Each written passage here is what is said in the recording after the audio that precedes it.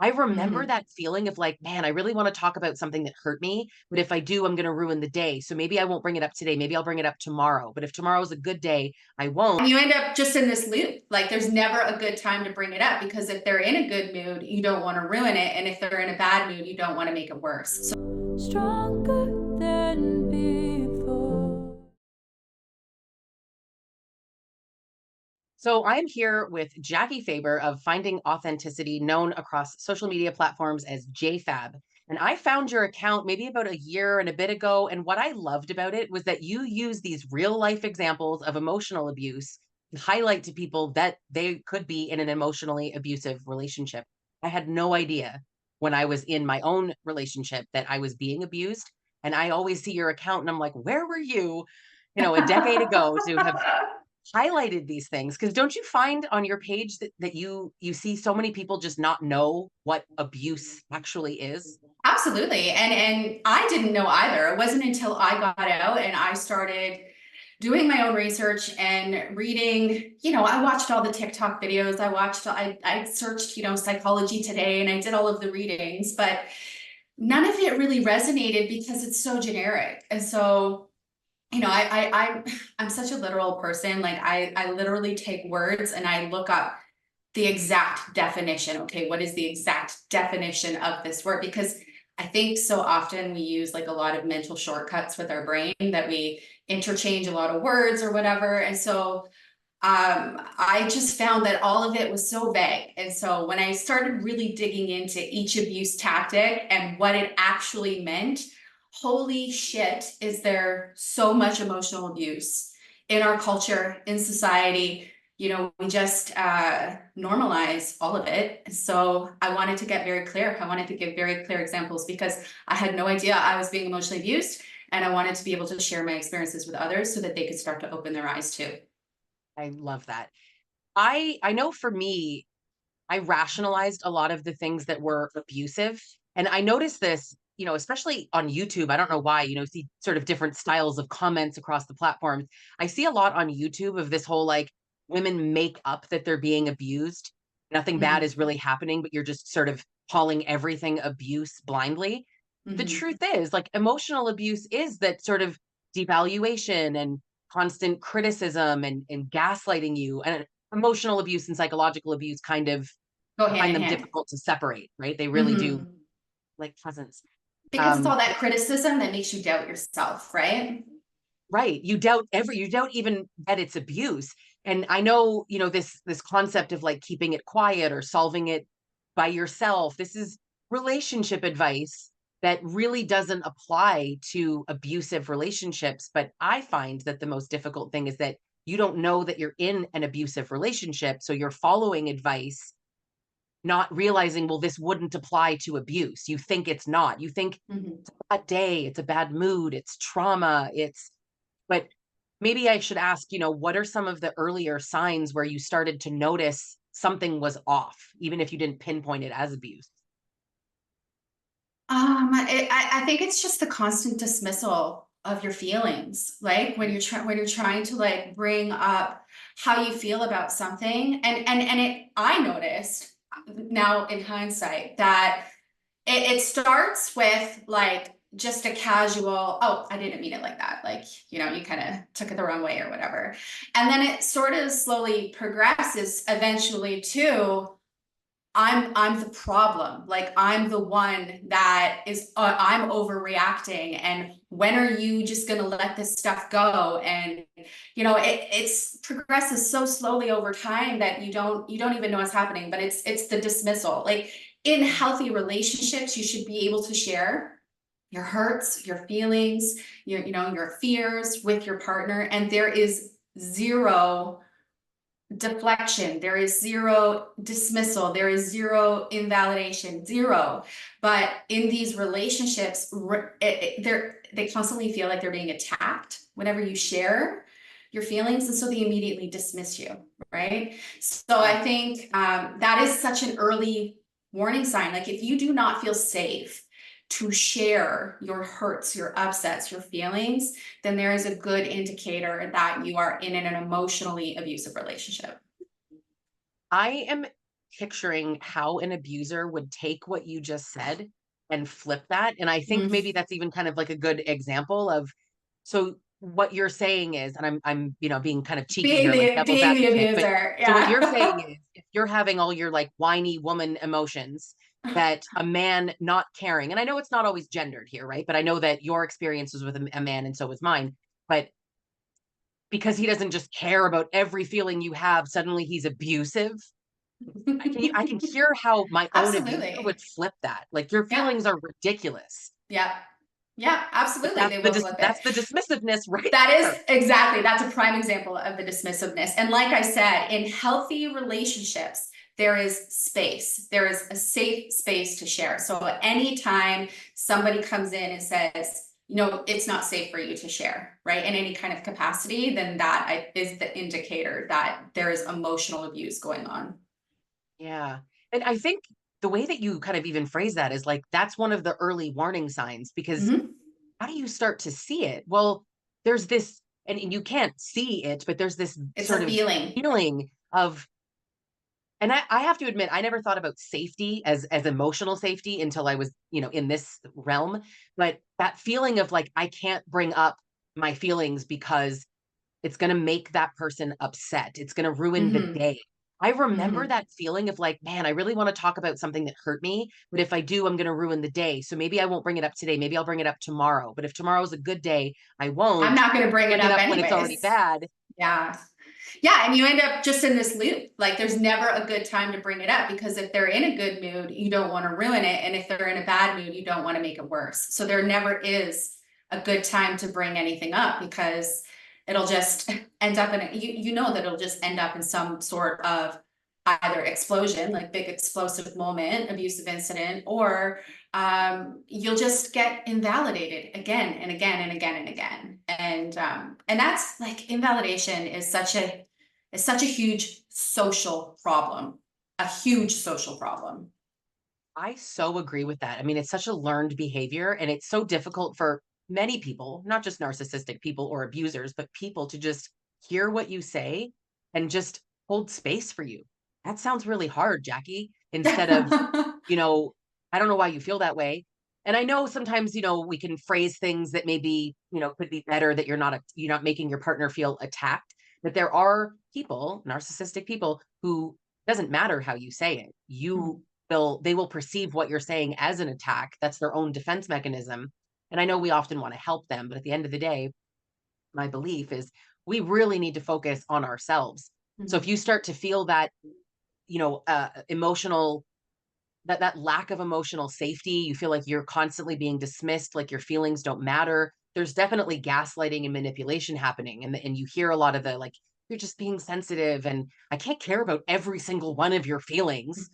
And, it's that dismissiveness is an early warning sign. What else do you see? Like, are there some tactics that you could even name that just were like, yeah, these were super hard to spot at first, but are emotional abuse? Well, I think the blame shifting is a big one. And it could be blame shifting to anything. They could be blame shifting to their bad day. They could be blame shifting to their trauma, their unresolved trauma. They could be blame shifting straight to you. Like it's obvious when they blame shift straight to you. But whenever they are not taking accountability for their own uh actions, for their words, for the things they choose to say. Like I said earlier, you know how I'm so particular about the words I choose because I know that words have impact, right? And I think people who have really done their emotional healing work and done developed emotional intelligence, they realize that words have impact. And so then you're going to be very mindful of the words you choose. So somebody who is not mindful of the words they're choosing, I think right there is a glaring red flag. So, so true. And I know they're hard to see, right? And I think Mhm. part of what makes abuse is the pattern. So I can see it. We've been through it. So I know we know. It's like something happens and you can rationalize that. And then it happens again, but it's different. So it doesn't feel the same. It doesn't They fit in the keep, box. It doesn't fit in the box. yeah. And you're trying to. And I think especially when we look at the definition of things, it's like it could be this and it could be that. And we don't want it to be abuse. I think people And then we overlook go how much online. you don't want it to be abusiveness, so you tell Yeah. yourself that it isn't. And you go online and you read the relationship articles, and it says you have to let it go, don't hold on to the past, forgive and forget, and it gives you all of this advice. And so because you're the one doing the reflecting and you're the one looking inward, you take the advice and you end up you end up simultaneously gaslighting yourself because you're not actually seeing the reality for what it is. Mm. Yeah, and that it's a reality check is necessary, certainly, right? When you start to kind of come out of that fog. But I think that what prevents a lot of people from seeing it is this sort of societal view of like you should be forgiving and are you sure that that's what it is? That invalidation that you're talking about that contributes to it because you know calling someone abusive. I mean, forget calling someone a narcissist. I know that has a whole separate thing, but just calling someone abusive, that label, it's heavy. So you Mhm. don't want to say that. I think also because if they're abusive, then you're abused. And if you're abused, you need to leave. And if you're not ready to make that change, Now denial you're is better, responsible. Then now you're responsible for your own suffering. right? You did it to yourself. That's what, and Yeah. certainly Why didn't you society, leave? yeah, society feeds that, right? You should Yeah. have known. And, on a later episode, I'll be talking about how people should have known because it's a bit of a ridiculous concept or how they could have or couldn't have known. But Yeah. what do you think it is, if you could even like pinpoint one or two things about society that just makes it so hard for people to recognize it as abuse, both the survivor, the victim themselves, or people? Why do people Well, struggle to see it? I'm going to speak specifically on women for a moment. There is a social narrative that women are emotional, right? And so that in and of itself will make a woman naturally, when her emotions get triggered because of abuse, when the cognitive dissonance happens because of the abuse she's experiencing, she's naturally going to get in her own head and say, am I being too emotional? Because I've been told from a young age that women are emotional, right? And because of that, maybe it's me, maybe I am the problem, right? So I think that's a big one.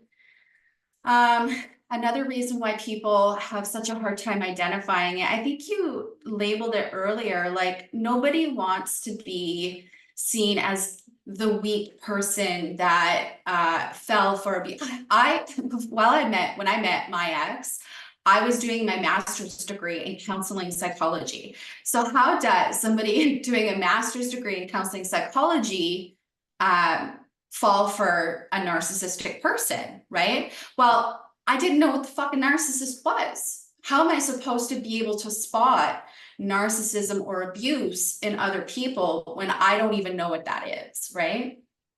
And I think there's like, not just like women are socially conditioned, labeled as too emotional, men are also socially conditioned to have higher degrees of narcissism than women, right? Men are always they centered themselves in their life. They put, their needs first, even like dating advice and stuff. It's always how we as women, what we need to do to get the man, right? So everything is constantly centered around what we need to do in order to get the man.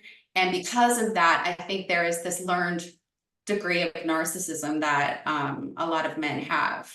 And that's not to say that women can't be narcissistic too, of course they can, but I think that gender specific roles, women are conditioned more to be, people pleasing and, codependent, and men are conditioned more to be narcissistic. Yeah. I definitely see that like societally and certainly when you start getting into the patriarchy and all that, which I know can be Yeah, yeah. a whole own topic on its own. I think, the difficulty in recognizing that it's abuse, even when you might see it as abusiveness. Maybe you're even someone's at that stage where they're like, yeah, devaluation, criticism, you're starting to watch the YouTube videos and the TikToks and it's starting to make sense, but they still see it and don't see it at the same time. Gotta love cognitive dissonance. It's so confusing. But as we Mhm. start to come out of this fog, we start to recognize it. Do you still see a lot of people not leave at that point? Uh, I know I do. I see a lot of I people do. still feel really stuck. Yeah. Yeah, I do. And I think a lot of it is the social pressure, right? The belief systems that we grew up with in terms of what relationships are and the importance of relationships in our life. And so, we think that we especially as women, we think that we can fix it. Maybe we can fix it. Maybe I'm the one that can fix it, because women are conditioned into needing to fix everything, right?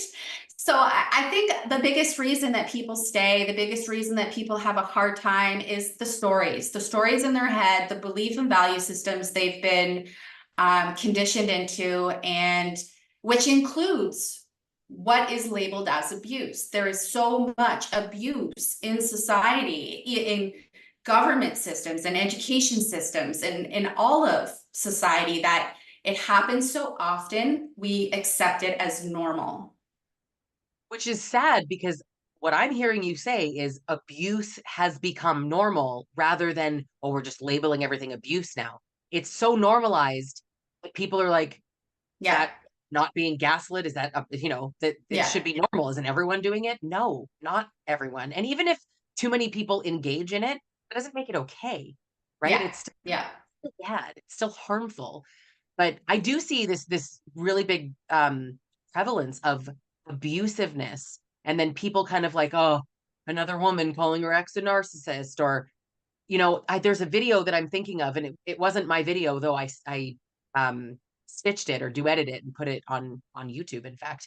And it was Roller Coaster of Love was the creator, and she was doing this skit, so she played both roles, and she was talking about going to Starbucks, and the abuser in the video was like, "Oh, how'd you pay for that?" And, "Oh, so what do you spend like $5 every time you go?" And just making her feel like, really off about spending $5. Meanwhile, in that scenario, he's got an addiction, so to say, and spending all kinds of money on that. But in the video, anybody who's been abused covertly, psychologically by a narcissist, and a lot of people commented like, "Oh, that reminds me of my mom," right? So it's not Yeah, just men, yeah, but that financial abuse or that psychological abuse of making you feel like you shouldn't have gone. Many people in the comments, and this is like the society piece to it, were like, Starbucks is really expensive. She probably shouldn't be right. going there. Maybe she is overspending. Maybe she's the problem. Maybe the problem is that she didn't get him one. Why didn't she also offer him one? Not realizing, like, context given is that he's an abuser and she's a victim. And people immediately remove the context and decide that maybe there was a million other things going on and that it wasn't abuse, because on in an isolated situation, just looking at that one video, it's like, what's the problem? He was There was an accusatory tone. There was, the questioning of the finances. They both work. That was clear in the video. So, like, why do people think she can't go? And why do people think that the issue was that she didn't get him one? That's not what was said. He was Yeah, criticizing the spending, and she was stumbling all over herself, like terrified. You could feel her fear. yeah, Video was excellent. She really represented what that fear feels like. And many survivors watching the video were like, that's so, she nailed it. But a lot of enablers were mhm. questioning it. But that, as a society, that's what we experience. Are you sure, Jackie? Are you sure it was abuse? Maybe you should have just got him a coffee too. Maybe you shouldn't, spend $8 on a latte constantly. Who said constantly? Yeah. People put in their own context. I They realize, do, like, they do, to suit whatever narrative they have in their head. So if they have a narrative that all women exaggerate and all women are emotional and all women label everything as abuse, then they're gonna put that filter on the situation that is being presented in front of them. And that's what people do. People that don't check their shit, that don't check their trauma, that don't unpack their emotional stuff, they impose their biases and their belief systems on others, so that they don't have to feel discomfort facing reality. yeah. I remember Dr. Carrie McAvoy once said to me that we always, especially in this realm and what we talk about cognitive dissonance and how the victim sees the abuser. But the abusers has cognitive dissonance. The enablers have it. What Mhm. they perceive.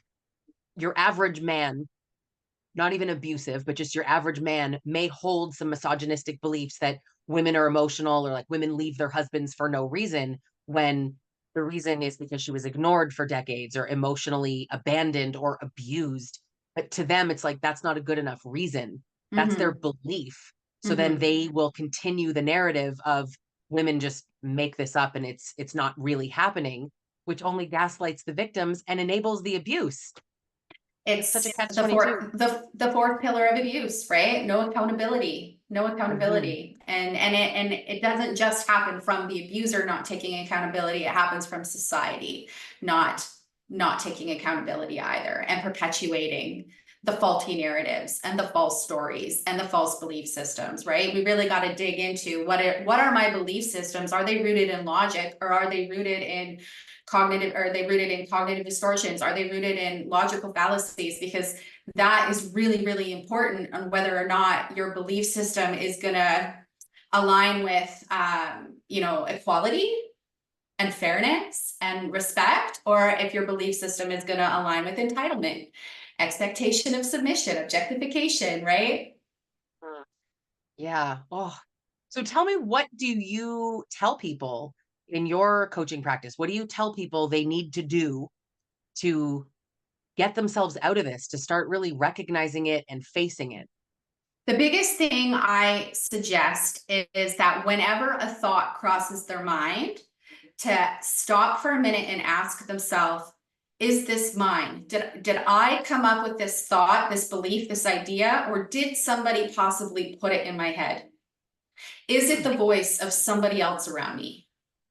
And I think when you can start separating their voices from your own internal voice, then eventually that internal voice is going to get stronger and stronger and stronger. Mhm. Starting to kind of come out of that fog and make the connection to, Mm-hmm. this isn't how I feel. This is how I was Yeah. maybe conditioned or groomed to feel. Yeah, Right? yeah, absolutely. So I think Yeah. that's the first step, is developing that awareness. Just because we have a thought, it doesn't mean that it's genuinely my thought. Somebody may have put that in maybe my abuser, maybe society, maybe my parents, maybe, whatever. It doesn't matter where it comes from. Does it resonate with my true self, or is it something that somebody told me that I need to believe or do or feel in order for me to be accepted and valued, and all of that stuff. So I think that that's a big piece in starting to come out of the fog. And obviously you got to educate, tons of education on what is abuse and what is the narcissist and the abuse cycle and the trauma bonds and all of that stuff. You can't change what you don't acknowledge.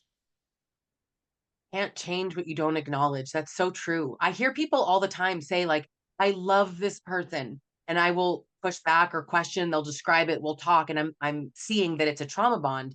And when they realize that they're trauma bonded, it's like this aha moment. But I would Mhm. argue that most people who start to realize that it's a trauma bond are still in that feeling of, I'm trauma bonded, but also I love him. I love them. And it's not actually both. It's Mhm. one or the One or other. the other. And if you're Yeah. being abused and you feel love, I am convinced that it is the trauma bond telling you that, or that I know it feels real, right? I don't mean to invalidate anyone. Like, you don't love him. I think you do, and you feel it, and it feels so true to you because you do love the person that they pretended to be. But when we really acknowledge that that is not who they are, Mhm. you love the facade, the mask, the person that they pretend to be when they're manipulating you. The hot and cold cycle really does a number on us because we think, but this is the good person, right? They're nice, they're kind, they're sweet, they're funny, whatever. But sometimes they're mean, and I think we need to flip that. This is a terrible Yes. person who pretends to be kind as part of the cycle, and that in and of itself is emotional abuse. Yeah, absolutely. Absolutely. And I have to try to challenge to the belief systems about love, because I think belief systems about what is love is also something that keeps us stuck in trauma bonds. I believe like the big feelings that we have, the feelings of love we have for people, or are more often than not attachment, right? Because love is a verb, love is things that we do. So if we're having these strong feelings towards somebody, it actually means that we're just attached to them, right? So I try to like reframe your beliefs. There's so much toxicity in media and music and movies about like love bombing and falling in love, you know, love at first sight. And like when you break up, they come back and they profess their, I'm going to change and everything's going to be like, there's so much of that toxicity in our media, in our culture, that when it happens in real life, we're like, oh my God, it's just like the movies, right? And we fall in love with that idea, but we don't realize that all of that is actually abusive, toxic behavior. Yeah, that was me. It Yeah. was a fairy tale. I was Yeah. madly in love, and I couldn't see it, and it was so hard over the decade that I was in that to really recognize it. I wasn't really aware that it was abuse until I was Hmm. out. Yeah. That's really when it hit me, and then it was like, "Oh my god," and even though I was out, I was trauma bonded, and I wanted to go back, and it was, you know, a nightmare. I share my story quite publicly online, but it really took knowing that it was a trauma bond and starting to step into reality, Hmm. and having the people around me help me, which, talk about lucky, right? And some people don't have someone to really help Exactly. you see the reality. But everything changed for me when I heard that word trauma bond, and I Hmm. started to realize what it was and learn about it, learn about the tactics. And now I, you know, sadly, am an expert in domestic violence and abuse tactics and narcissism due to my own experience. And I sort of joke, right? Don't we all feel like we have a PhD in narcissism? It's not a PhD, but if it were, we'd have it, because you Yeah. study it to Yeah. understand it. And that is step one. But I sort of say step two is let go of what they did, why they did it, you know, will they change? Let go of all of that. Get through that.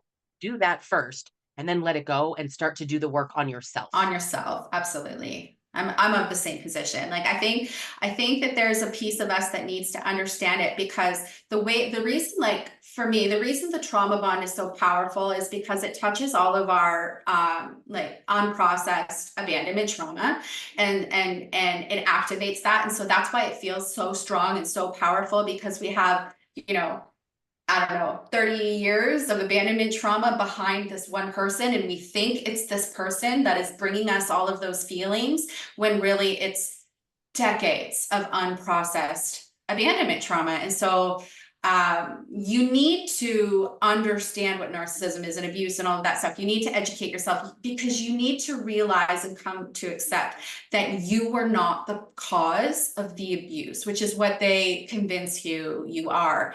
I think that it's really important for your own wounding, like to heal that piece of your wounding, that you understand that you did not cause it. But once you understand that you didn't cause it, you have to do the work to unpack what got you there. Like Mm, what was it about you that allowed the tactics to work, right? And so it's our yeah, unresolved stuff that allow the tactics to work. And once you can really unpack and understand all of that, then you, oh my God, Lisa, you see it so quickly, right?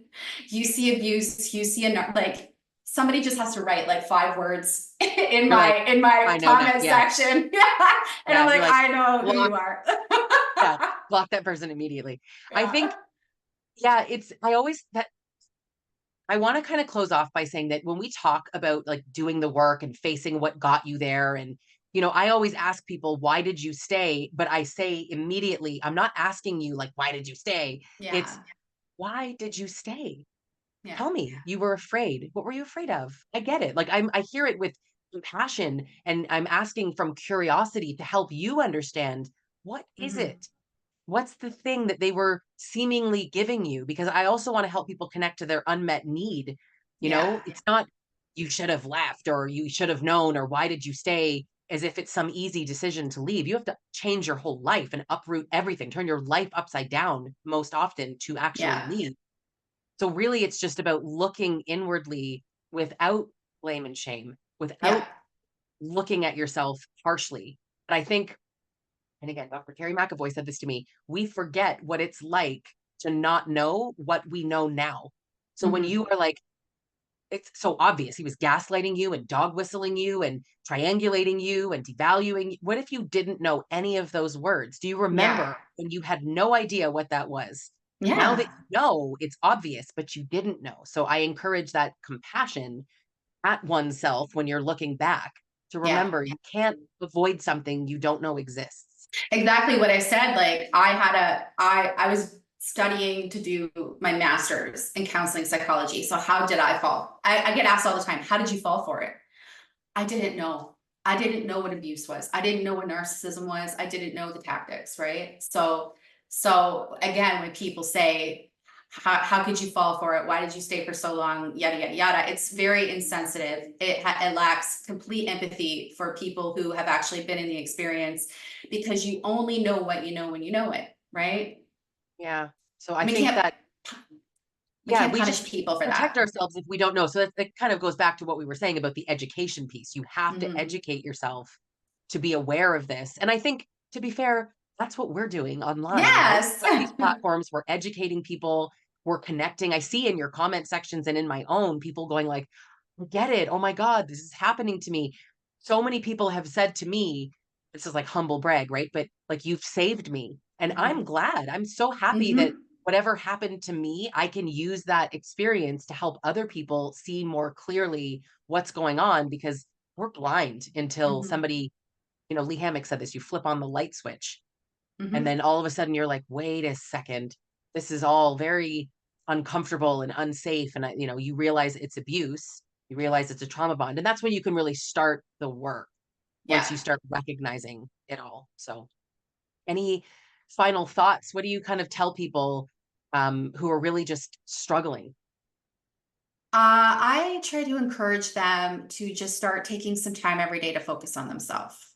Like you really have to center yourself in some capacity. We spend all of our time when I remember being in that relationship and constantly being hyper focused on what he was doing and how things were going with him. And then eventually, when I was at my lowest and I was completely feeling like the biggest piece of crap, I knew that I needed to start pouring my energy into myself. And so I created a self-care plan. And of course, he tried to sabotage all of it.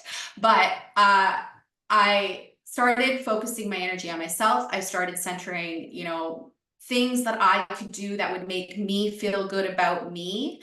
And eventually see, and especially seeing him push it and push it. Like, who would not want you to better yourself?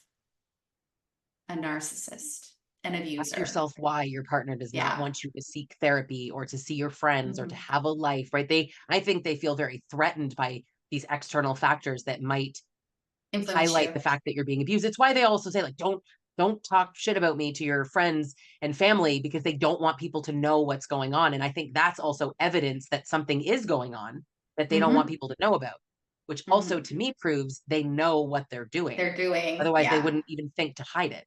Yeah, absolutely. So I would just encourage people to I always encourage people to start some kind of self-care routine. And it can be something simple like making sure you get enough water and enough sleep every day, making sure you move your body a little bit, go for a little walk.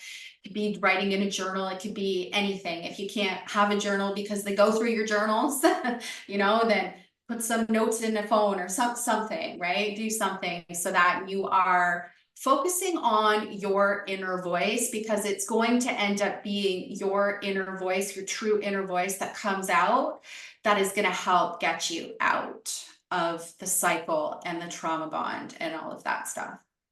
Yeah, that's amazing. I appreciate that advice. It's always good to hear from people who have been through it, but also just very educated on the topic now. And Mhm. sharing our wisdom and your wisdom with everybody is amazing. So everybody can check out Jackie across social media platforms as JFab or findingauthenticity.com. And thank you so much for being here and sharing all of your knowledge about emotional abuse. Thank you for having me. It was a pleasure. Thanks. What an incredible conversation with Jackie about emotional abuse. It really is just not talked about enough. It's not recognized enough. And society really plays a huge hand in downplaying what emotional abuse is.